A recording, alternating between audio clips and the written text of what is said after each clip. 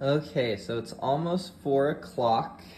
I fed my starter this morning, and I've already made my mixture of starter, salt, and water. It's 1.5 cups water, a 1/4 cup of starter, a little more than a 1/4 cup, but doesn't matter, and a couple dashes of salt. So I'm gonna mix this together and then we'll mix in our flour. So now that's all mixed up, my water, salt, and starter. So now I'm gonna add 2 cups of flour. A little bit more than 2 cups, I guess they're a little curved. And then we'll mix this in and see how it looks. So this is way too watery. So we're gonna add in another cup of flour, maybe another 1.5 cups, and see where that puts us.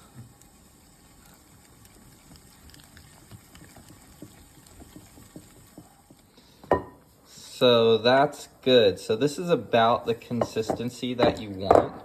It's way wetter than a dough for bread.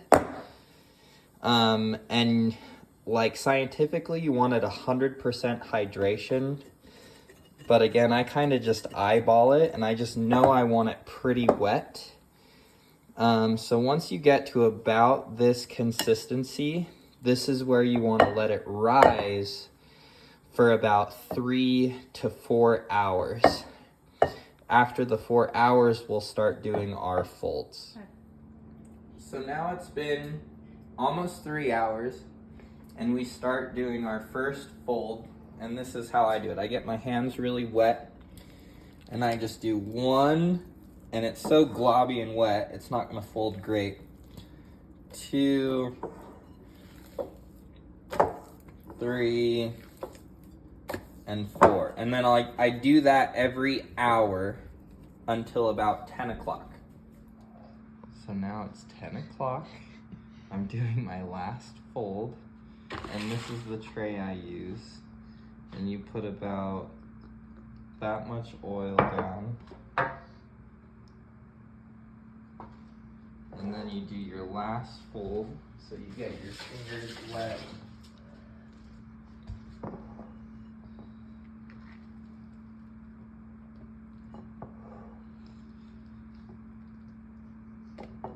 And your dough should be pretty pliable. And then you dump it in all nice and fluffy. Kind of shake it around, a little bit of oil on top. And that's it. And then plastic wrap on top. And then this goes in the fridge overnight. Good. Hey guys, welcome to another video on the channel. Oh my gosh. So, okay, this is the morning. This is what it looks like in the morning. I put extra olive oil on top, and now I'm just using a spoon in the corner to get oil on the top of the bread. And I have some diced olives, peppers, and some minced garlic here. So now I have a good amount of oil on top of the focaccia. So what you do is you kind of get your hands a little bit oily on top, and you just start dumping all these ingredients on like this. And anything like this, you want to push down with your fingers and make little holes. And that's what makes the focaccia kind of hold in all the flavor on the inside. Okay. So this is what the final product looks like before it goes into the oven. And I have it going in the oven preheated already at 450. Okay, so this has been in 20 minutes. And now I'm just gonna finish it on broil for about 4 minutes. And then it'll be done. So it's coming out. It should look something like this.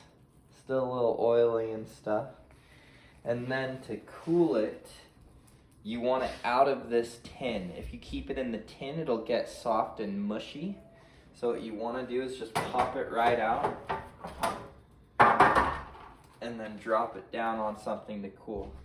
And then in about 20 minutes you can cut it up.